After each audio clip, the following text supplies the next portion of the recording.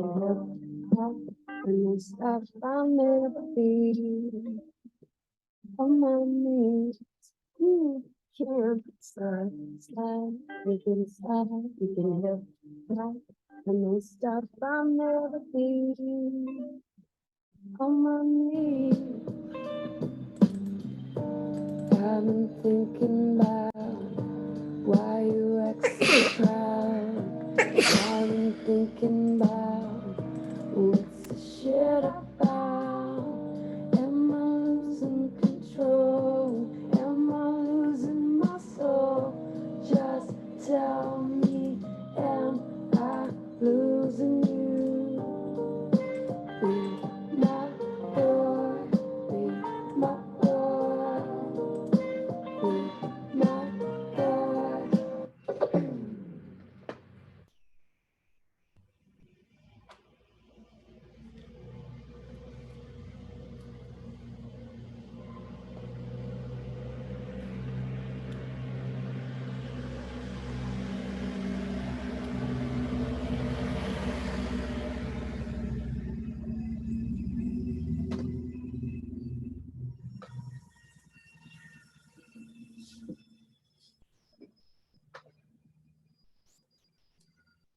Hi, Joanna. Hello, hello. Hi, how are you? Doing well, doing well. How are you? Good. You're actually the only person that signed up today, so you get a personal Bosque money So how many sessions are you hosting then? for the Q&A. I only hosted this one, Oh, so it's okay. being recorded, and I'll cut off the beginning so that for people who want to see it afterwards, they can go and look at the recording. Cool.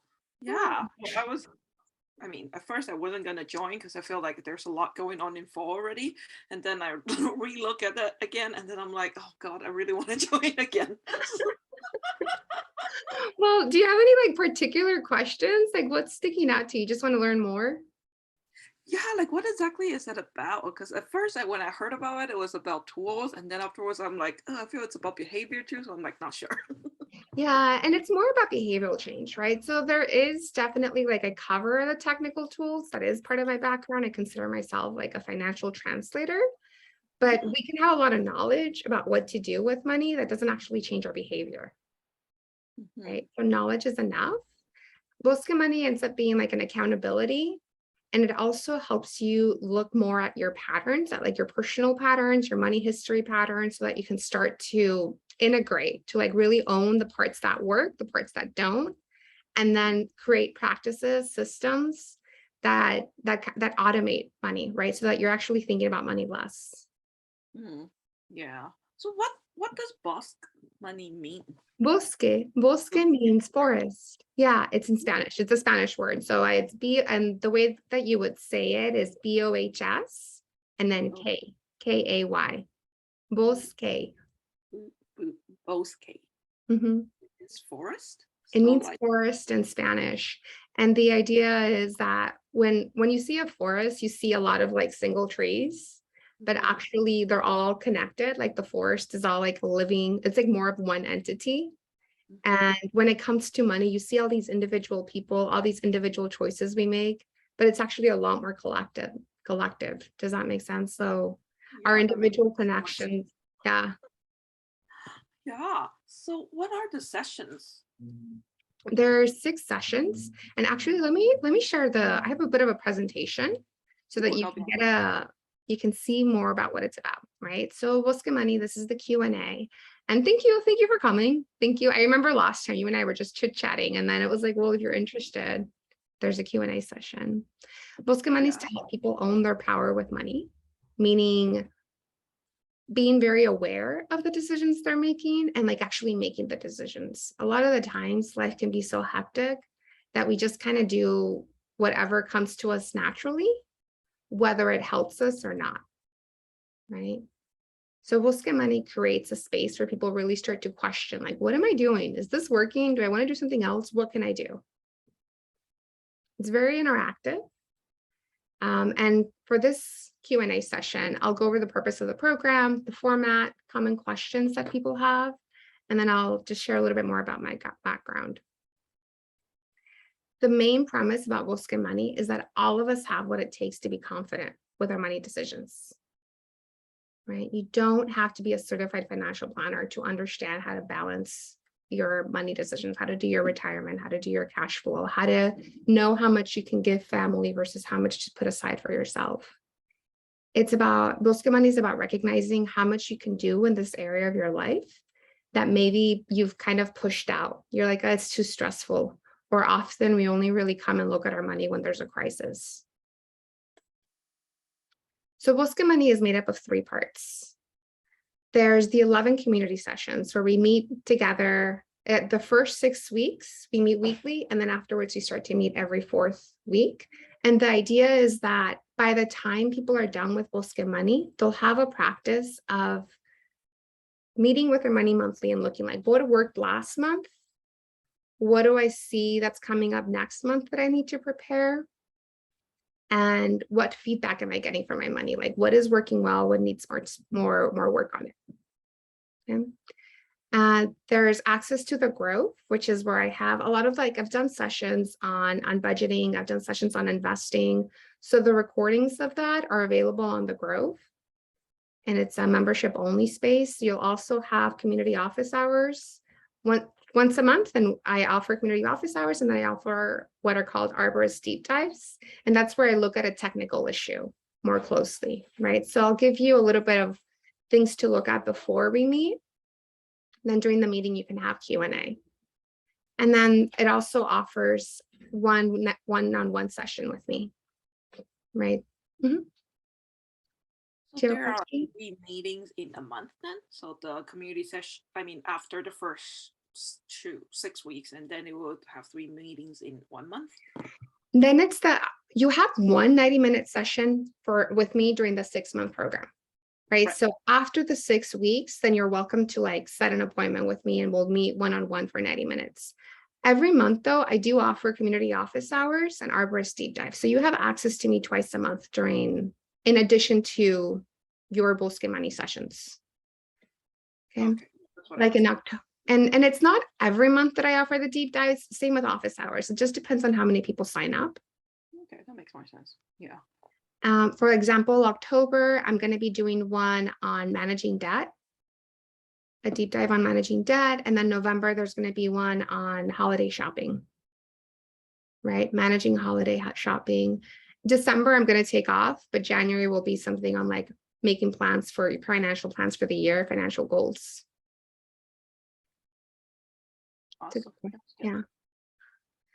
One of the main components that sets this aside from other programs, other money programs, is my focus on being trauma informed. Money can be really activating. People can feel really stressed out. We have a lot of stories about how we should be doing it, should not be doing it. So up on the far right corner or far left corner, sorry, you have 4 images of different animals. I bring a lot of sense of play into this in order to help us relax. The first is it's like these dogs that are running away. You see them flying over a fence. That's the flight response, right? When you kind of get activated and you just want to run away from the conversation. That happens. That's a lot of times why people only look at money when there's a crisis, because otherwise they're flying away. There's the fight response. You've got these 2 little rabbits that are fighting. I often ask people, if you feel yourself getting really angry at something I'm saying or another participant is saying, write it down for yourself and come back to it later. What is that anger showing you, right? Why do you want to fight? I've got the little kitten, which is where I end up most of the time. This is like a frozen state. And this can look like really wanting to look at your phone or wanting to turn off the camera, somehow disengaging, having absolutely nothing to say. And that can happen with money, right? Somebody brings up the conversation of how are you, I don't know, if you're remodeling your home and somebody asks you oh, how much is it going to cost? Or how are you planning for that? And you just have nothing to say, that can be the frozen response. On the bottom, I have a connected response. These are elephants. And some of them are going one way, some of them are going the other way, some of them are standing still. And these are elephants, but they all know where the other one is. right? This is more connected and calm. And that's what Bosque Money is meant to create. Like all of us are here. None of us are related. None of our personal financial decisions will affect another person in the group, which actually makes it easier to look at the questions, right? Especially when you're thinking about like, what are the money experiences that I learned from my parents that I want to change? Where did they learn them from? Right? It can be helpful to have those questions with people who are not impacted by it at all, because you feel more relaxed. I also offer the Grove box because this is a virtual program and we probably won't get to meet each other in person. I wanted to send something physical that people could see, people could use. Also, if you have in the past been pretty avoidant of money, this is literally a wooden box where you can put money questions, right? It's a wooden box where you can put envelopes, you can put bills, you can put to-dos. And then when you do come to the wooden box once a month for your money date, you've got this like nice looking box that it feels pleasurable to like look at it, right? I send people a journal. This is a blank journal. It was handmade here in Mexico.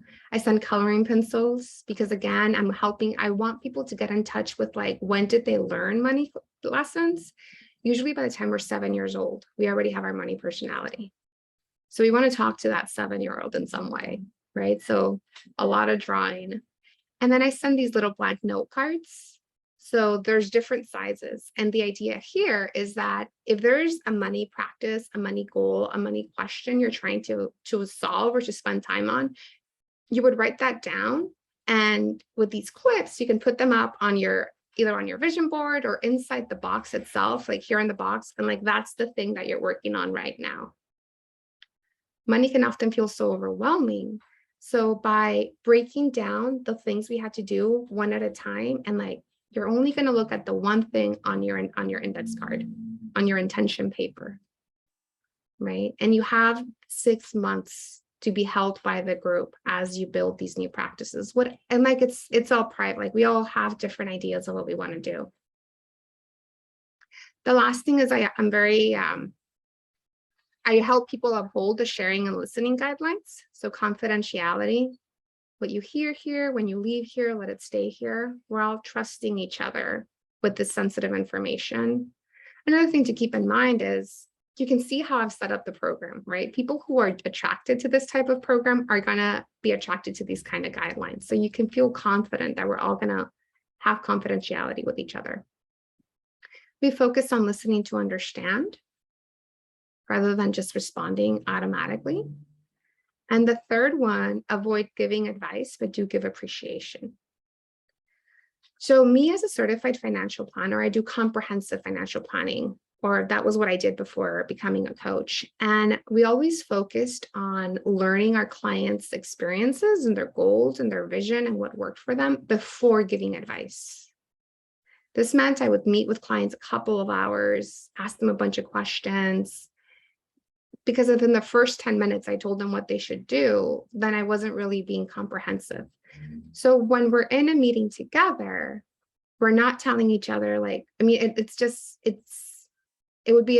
inappropriate, first of all, but it also like it's not supportive, right? If me as a financial planner, I had to spend that much time, whereas here when we're in the group, if we just automatically are telling people like, I think you should do this, like that's not gonna help us feel connected together.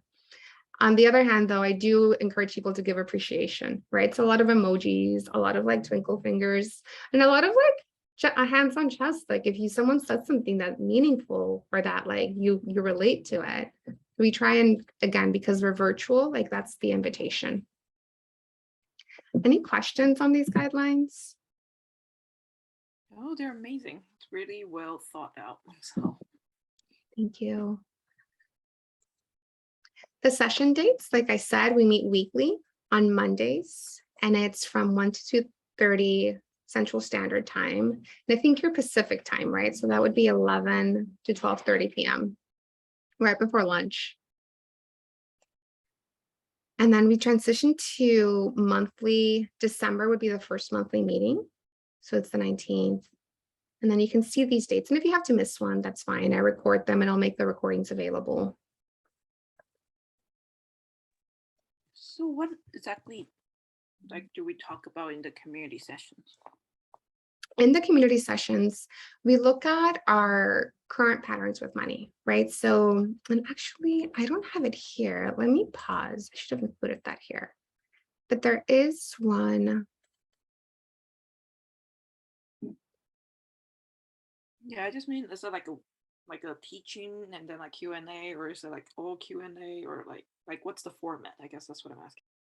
The format is 90-minute sessions, and it's usually I try and talk for 30 minutes, and the rest of it is exercises, either journaling or drawing exercises. It's also a lot of diets with each other. Like I'll send people into breakout sessions.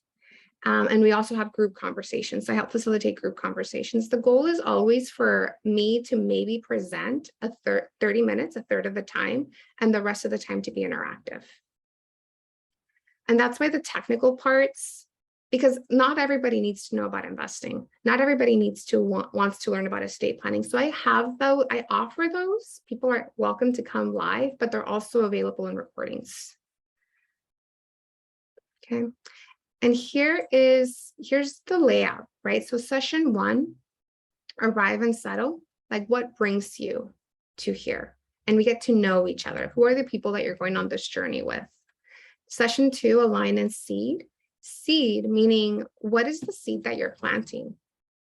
And here I actually talk a lot about vision. When you look back on your life, like what are the things you wanted to have created, right?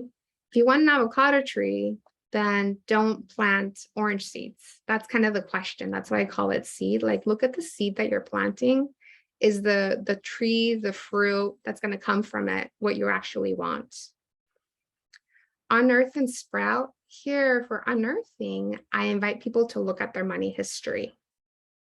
What are their earliest experiences with money? How have they seen those patterns continue? And what patterns are really supportive and which ones are not? Connect and root. I have 5 different money archetypes that I walk people through, and this is where I introduce them. Because in general, people fall into like either you're money avoidant, you're a saver, you're a spender. There's different things, and I call them all different types of trees. And the invitation is to balance yourself out. All of them have positives and all of them have shadow sides. And when you have multiple ways of being with money, it's actually easier. Because if you're only a saver, then when do you get to enjoy yourself? If you never plan for money, it's nice that you're spontaneous. That's nice. But on the other hand, you're always surprised, So how do you find a supportive balance? The 5th one is plan and grow. So now that you know your patterns, we've looked back, you know where you're going, we've looked back. Well, then how do we implement practices, systems that are very supportive to you, right? Again, for someone who is a spender, then maybe, and actually the budgeting one, I introduced budgeting and connect and root, and then there's more budgeting tools in the Arborist deep dives. So I don't get as into it here because it's private, and not everyone is ready to talk about their budget at the same time. So the invitation is to come to it as you're ready. Plan and grow is creating systems. And then session 6 is seasons. How often do you go back and look at different money things? For example, insurance. You should look at your insurance every 2 years. And throughout the whole thing, there's technical things that I bring in. Right. So for align and seed, I do bring up estate planning, like how are your accounts set up? Are they going to go to your beneficiaries? Yet the focus of the community sessions is much more internal. The idea is that once you understand what your decisions are with you, then finding the technical information is much easier because, Google has a lot of it. I can offer you a lot of it. But if I give you a lot of to-dos, and they're not actually your own, like if you're not internally motivated to do your money, it's not gonna happen. Does that make sense? Do you have questions on how this? No, I think it's pretty great. Like I understand like how it works, and yeah, so it's more focusing on like, I guess, like mindsets in a sense. It's more mindset, and it's more It's more like way of being with money, if that makes sense. Because yes, it's mindset, but it's also and because I also focus a lot on communities that are historically oppressed. So anyone who's woman identified, if you're a person of color, if you're LGBTQ plus, differently abled, neurotypical, I invite people with those experiences in order to again own more of their power with money, to feel more powerful in that area. When you've historically been oppressed or excluded from money, it's not just mindset and it's not just knowledge, it's also like confidence. So I do a lot of confidence building exercises. One of the things that comes out of this is that people feel more comfortable talking to others about money, right? Because we're talking to each other in the group about money all the time. And it's easier to practice talking to a stranger that you've developed friendship with or a comfortable relationship with than it is with your partner or your mother. So once you practice these conversations here with us, then yes, it's mindset, but it's also confidence. Yeah, thank you for clarifying that. No, those are great questions. Anything else that's coming up? No, I am very fascinated by it. Just can't wait to start now. So next I'm going to look through 5 common objections that people might have. And I really appreciate the questions you've asked so far too. The first one is I'm scared to talk with others about money, right? And I kind of just talked about how like, because I do a lot of work to make sure that it's a safe container and we go into money conversations slowly. For example, some of the questions about like, what was money like for you growing up? I invite people often to do those kind of questions journaling, like writing it down on that pen and paper on that notebook that I sent you so that it's unedited. And then if we start talking about it in a group or you talk about it in a dyad, in a breakout session, you can decide what portion of it you want to share. Right? So you don't have to open everything up. There's no need to, but at least open it up for yourself.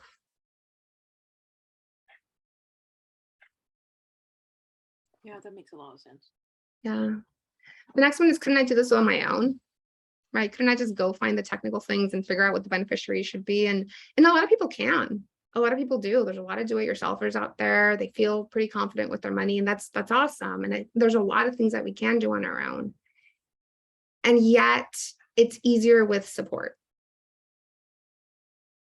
I think I mentioned this to you last time we talked, but research shows that if you want to develop a new habit, if you want to develop a new way of being, the fastest way to get there is to join a group of people who are doing the thing you want to do.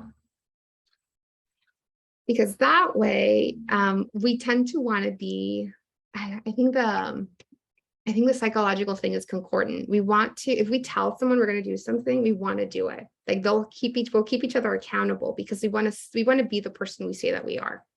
Right. So if I tell you, okay, I'm going to talk to my boss about my income and I'm going to talk about how do I compare as a woman to other men in my position. And I tell you that I'm going to do that one week. Then the next week, I want to come back and tell you that I did. Right. So there's a lot of like peer accountability.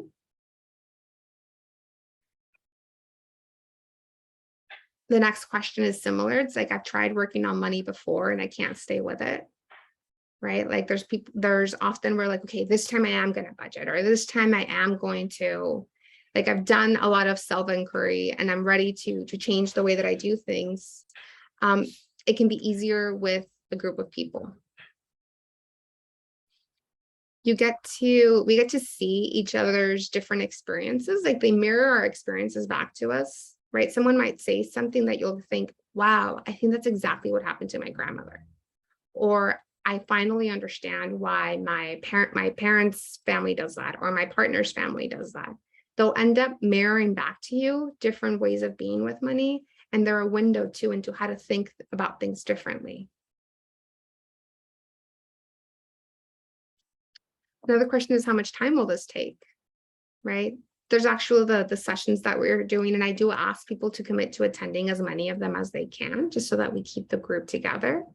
But on weeks that we're not meeting, when weeks that we're meeting, they'll probably have like maybe another 15-20 minutes of work that we'll do before the session to come in prepared. Like I'll ask a couple of questions to people to journal on before. And on months that we're not meeting, or once we're meeting monthly, it'll just depend on how much you can put on your own plate, right? And the last one is, do I have to do this? I get nauseous bringing the word 401k, hearing the word 401k. Again, I'm a very gentle teacher, and I'm constantly, I often checking in with people to see where they are. And just if you're a person or you know someone who gets nauseous hearing the word 401k, this is like a perfect place to come and get introduced to these concepts. Any thoughts or questions on these common objections? Yeah, I feel like it's great preparation for me because I mean, honestly, like it's for me, it's that I want to know how to talk to my mom about money. That's why I was very intrigued by the program, because it's pretty hard to talk to her like right now. So that's why I'm hoping to learn more tools so that I can better like connect with her. Yeah, and sometimes it's not, it's yes, it's the tools, but it's also like spending, there's something pretty magical about being supported by a community and having positive interactions with money, because all of the negative interactions that you've had with others about money, you'll have examples of a different way of doing things. And that starts to solve, that already starts to change things. Let me think about, how do I make this more? Often when it's difficult to talk to someone, it's because there's something there that we're avoiding, or that we just like, it feels overwhelming. And it can be really helpful to go and figure out what the thing is before bringing it up to someone else, right? So let's separate your mom and let's just talk about money. And think about like all of the things that are difficult there, and all the things that are confusing. And by spending this time on it and also doing it in a way that's very trauma informed, that's very slow, actually the slowness is key, because your system won't get overwhelmed. You'll be able to stay with it. And think about it. I mean, my goal is to offer this 3 times a year. And I always end sessions with a quote, right? So Bell Hooks says that rarely, if ever, are any of us healed in isolation. Healing is an act of communion. And Bell Hooks talks about how a lot of things that happen to us that are difficult happen in relationship.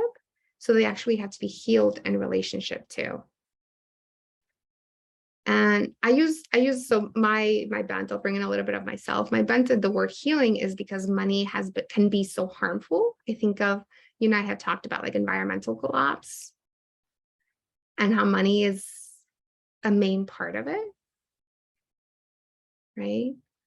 When people, and yeah, I don't know if this is your situation, but I know I work with a lot of people who, because money feels so difficult, they just completely avoid it, which is very disempowering, right? Then Alice Walker says, look closely at the present you are constructing. It should look like the future you are dreaming. Right. I'm going to stop the recording to see if there's anything else that you want to share, but thank you for coming to the Q&A.